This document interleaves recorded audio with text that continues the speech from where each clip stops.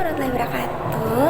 Halo semuanya, perkenalkan nama saya Novalita Putri Widya Stuti, absen 22 dari kelas 11 Manajemen Perkantoran 1.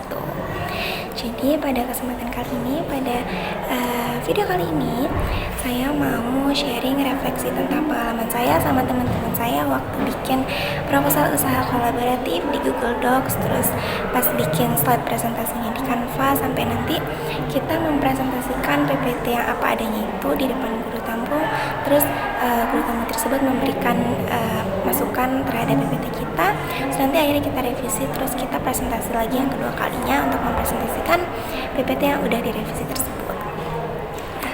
Jadi awalnya ini kelompok saya ini bikin proposal usaha, kan topiknya udah tentuin tuh.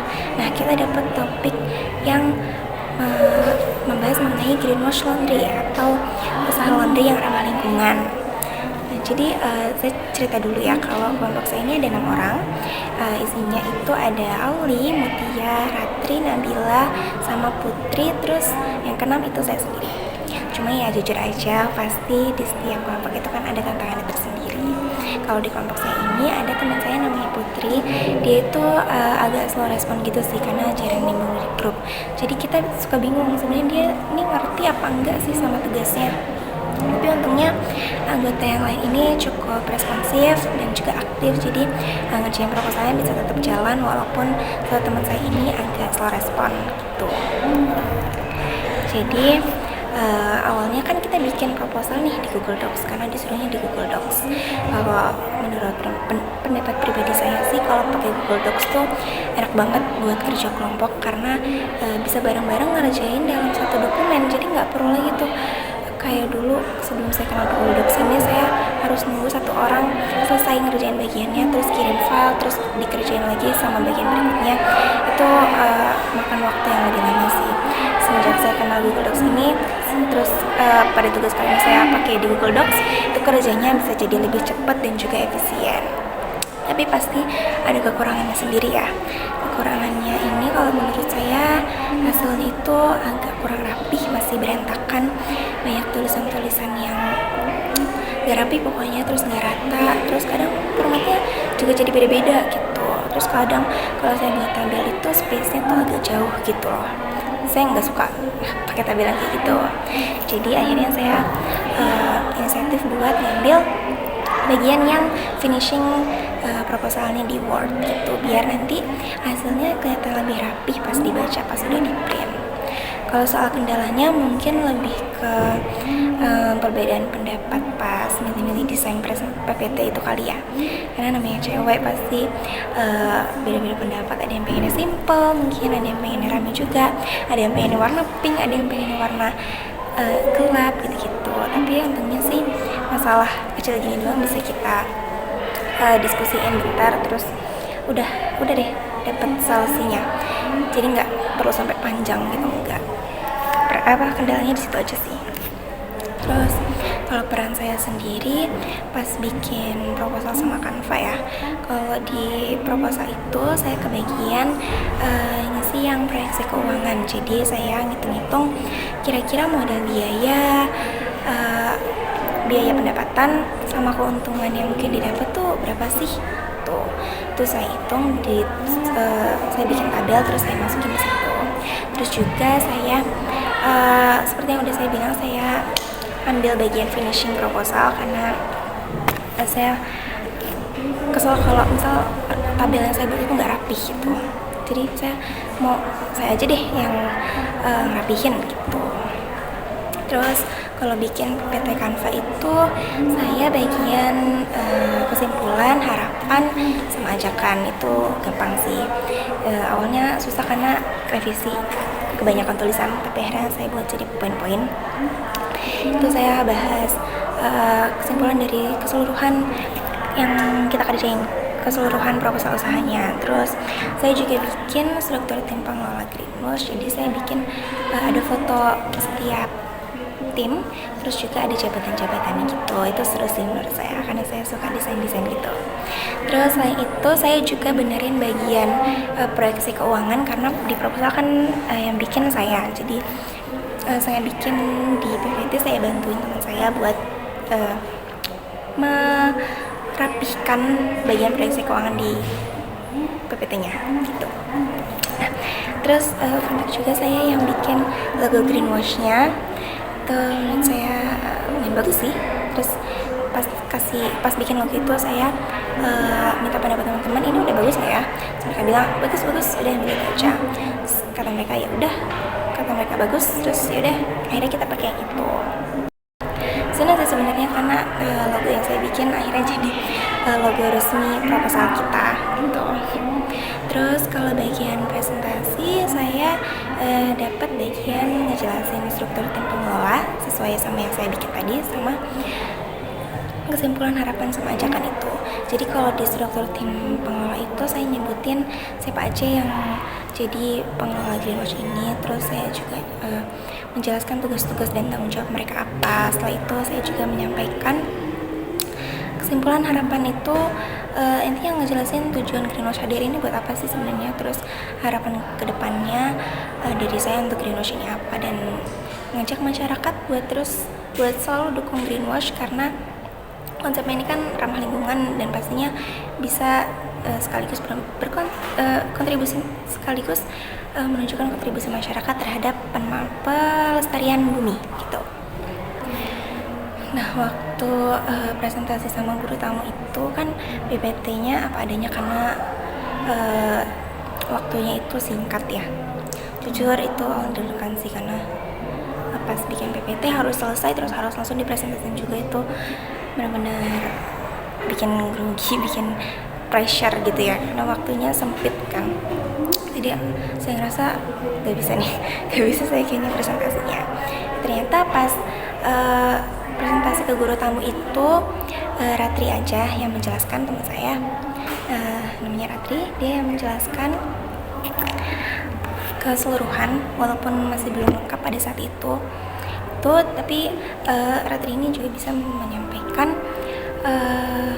dengan baik, udah bisa menyampaikan dengan baik isi dari presentasi, isi dari PPT kita itu.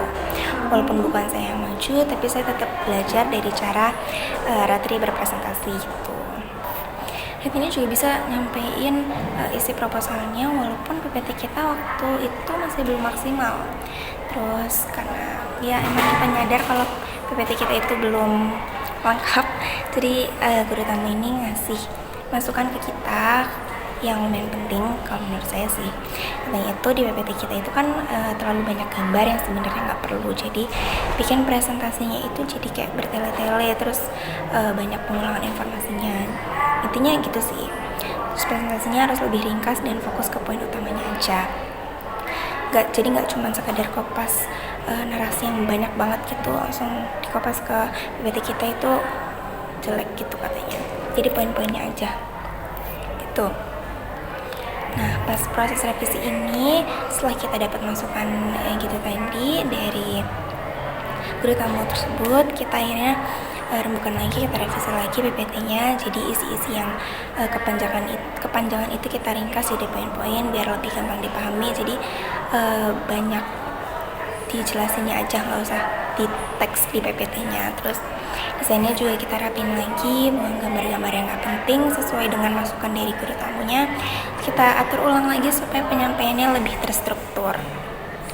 Kalau menurut saya sih hasil revisinya pastinya jauh lebih bagus dibanding yang pertama karena lebih simpel, lebih enak dilihat, benar karena lebih poin-poin kan, yang panjang itu diganti poin-poin, terus juga lebih gampang dipahami. Tuh, kalau saya pribadi sih puas banget sama hasil yang setelah direvisi ini. Kalau refleksi diri saya sih mungkin bagian yang paling berkesan buat saya itu karena saya kerjasama sama teman-teman dekat saya karena udah akrab, jadi kita lebih gampang buat kasih pendapat tanpa takut salah, jadi kita nggak dibatasi untuk berpendapat gitu. Itu juga bikin suasana kerja kelompok itu jadi lebih santai, nggak tegang, tapi tetap produktif karena udah teman dekat. Jadi misal malas dia ayo cepetan, jadi nggak merasa ada batasnya gitulah, gitu intinya lah. Kalau dari pengalaman ini sih saya ngerasa dapat banyak banget pelajarannya, misalnya kayak kerja sama itu, terus komunikasi kan, yang karena teman saya agak kurang slow respon itu, saya belajar kalau komunikasi itu penting. Terus public speaking saya juga dilatih karena presentasi itu. Terus ngedesain Canva, jadi dapat banyak masukan dari teman-teman saya, harusnya gini harusnya gini gitu. Itu saya juga belajar di situ. Sampai cara bikin proposal yang lebih rapih dan lebih profesional dilihatnya gitu.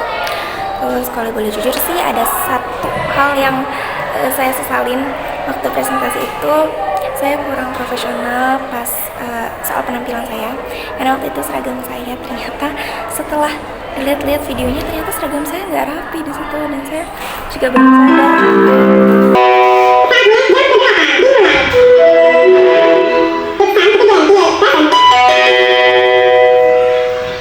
Nah, ternyata seragam saya nggak rapi. Setelah dilihat-lihat, saya pas lihat videonya, ternyata seragam saya lengannya itu ketekuk ngangkat bikinin sebelah gitu, tapi sebelahnya enggak. Itu menurut saya kurang rapi sih, kurang sopan. Terus ada juga beberapa bagian yang saya lupa sampaikan waktu itu karena grogi.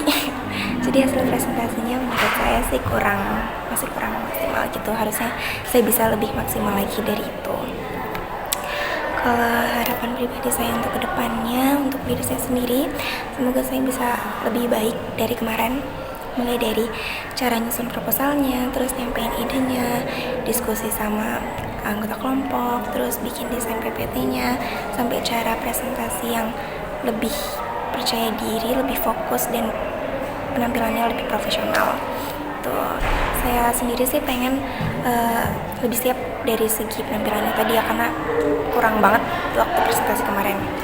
Biar kelihatan lebih menghargai kesempatan yang dikasih gitu loh. Kemarin kurang sih, saya mohon maaf banget ya Bu. Kalau secara keseluruhan sih, pengalaman bikin proposal Dreamworks Laundry ini benar-benar berharga banget buat saya, karena selain saya bisa belajar bareng teman-teman dekat saya juga dapat banyak ilmu dan keterampilan baru yang pastinya bakal sangat kepake banget buat kedepannya, buat tugas-tugas selanjutnya. Kayaknya udah cukup sih, itu aja sharing refleksi saya pada kesempatan kali ini. Semoga untuk kedepannya saya bisa lebih memperbaiki diri saya gitu. Oke, sudah cukup itu aja sih kayaknya sharing saya pada kesempatan kali ini. Kayaknya saya udah cukup banyak ngomong ya. Itu aja pengalaman saya di tugas kali ini. See you di tugas-tugas selanjutnya. Terima kasih.